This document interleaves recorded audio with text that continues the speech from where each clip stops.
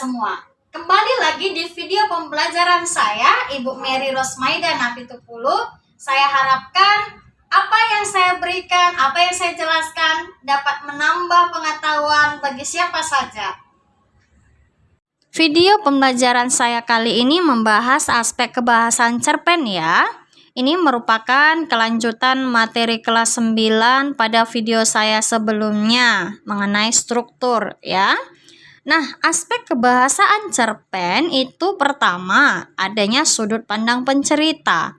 Nah, sudut pandang pencerita ini sudah pernah saya jelaskan di video saya mengenai unsur-unsur pembangun cerpen. Sudut pandang pencerita ini merupakan posisi pengarang di dalam cerita. Jadi, sudut pandang ini sangat dibutuhkan, sangat diperlukan dan paling banyak muncul ya. Dan sudut pandang ini dapat kamu perhatikan dari tokoh ceritanya. Nah, tokohnya itu menggunakan nama kah, menggunakan kata saya kah? Nah, di dalam contoh Dita adalah seorang anak yang penakut. Nah, dapat kita perhatikan bahwa tokohnya menggunakan nama orang yaitu Dita. Jadi sudut pandang penceritanya adalah sudut pandang orang ketiga. Aspek kebahasaan cerpen yang kedua, bahwa di dalam cerpen itu terdapat dialog. Dialog di sini bukan seperti dialog-dialog yang kita temukan dalam naskah drama ya. Nah, dialog ini hanya sepintas atau tidak penuh. Dia hanya sebagian saja dibuat di dalam paragraf berupa kalimat-kalimat langsung. Contohnya, nah, saat kami menelusuri hutan, tiba-tiba terdengar suara yang berteriak, "Jangan ke sana!" Nah, di situ ada penggunaan dialog, "jangan ke sana." Nah, itu merupakan kalimat langsung yang digunakan di dalam teks cerita pendek. Jadi, dialog itu bergabung dengan paragraf-paragrafnya ya. Kemudian, aspek yang ketiga bahwa di dalam cerpen itu menggunakan kata ekspresif. Kata ekspresif itu merupakan pilihan kata yang dipilih yang bermakna lebih kuat, lebih ekspresif lagi dan bermakna khusus. Perhatikan contoh berikut. Ada kata diam, dibuatlah lebih ekspresif lagi, membisu. Kemudian kata keras, membatu. Pohon dibuat beringin, bersuara itu mengaum. Jadi dia lebih ekspresif. Jadi ada kesan dramatis dalam ceritanya. Aspek yang keempat adalah adanya kalimat deskriptif. Kalimat deskriptif ini merupakan kalimat yang menggambarkan sesuatu. Jadi kalimat deskriptif ini digunakan menggambarkan latar. Latar itu ada latar tempat, latar waktu, kemudian latar suasana. Selain latar juga menggambarkan karakter-karakter tokoh agar lebih jelas lagi. Nah, perhatikan contoh berikut ini. Di dalam contoh ada kalimat deskriptifnya. Kalimat deskriptif di situ menggambarkan latar tempat. Mari perhatikan. Di depannya ada kolam ikan, berarti dia menceritakan, mau menggambarkan kepada kita tempat tersebut, bahwa tempat itu ada kolam ikan. Kemudian bahwa airnya mengalir melalui 4 buah pancuran, digambarkan kembali supaya lebih jelas.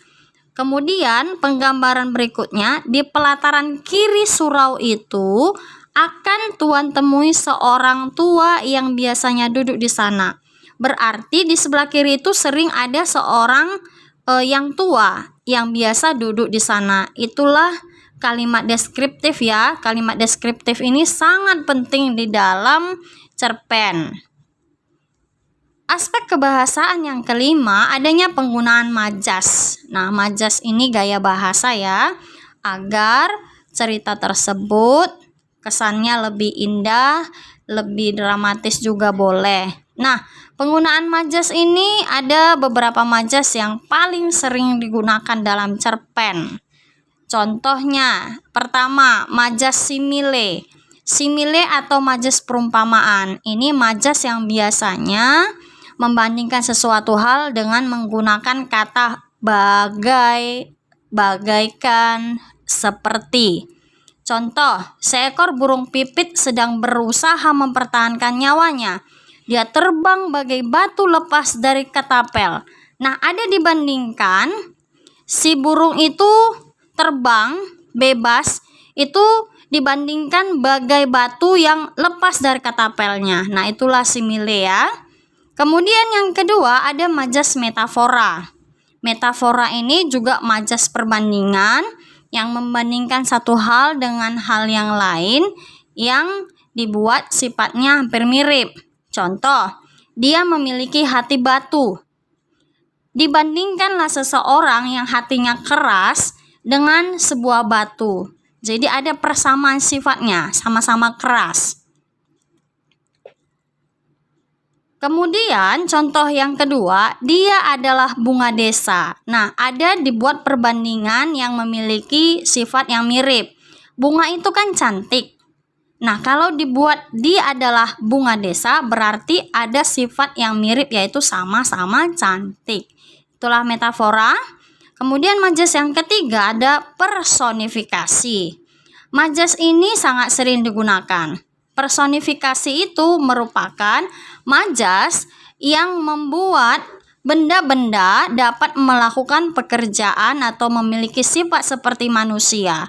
Contoh, kerikil di jalan tampak pucat sedih. Nah, bayangkan, kan tidak akan mungkin kerikil itu bisa pucat.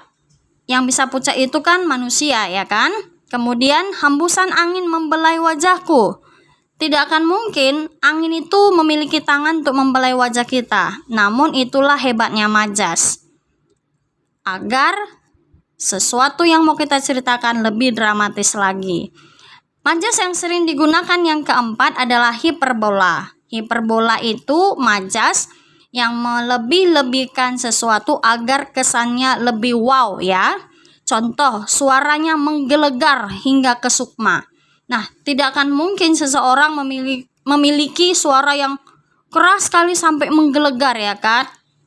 Namun itu bisa dibuat dengan menggunakan majas hiperbola. Nah, itu adalah 4 majas yang paling sering digunakan di dalam cerpen. Sampai di sini dulu video pembelajaran saya kali ini.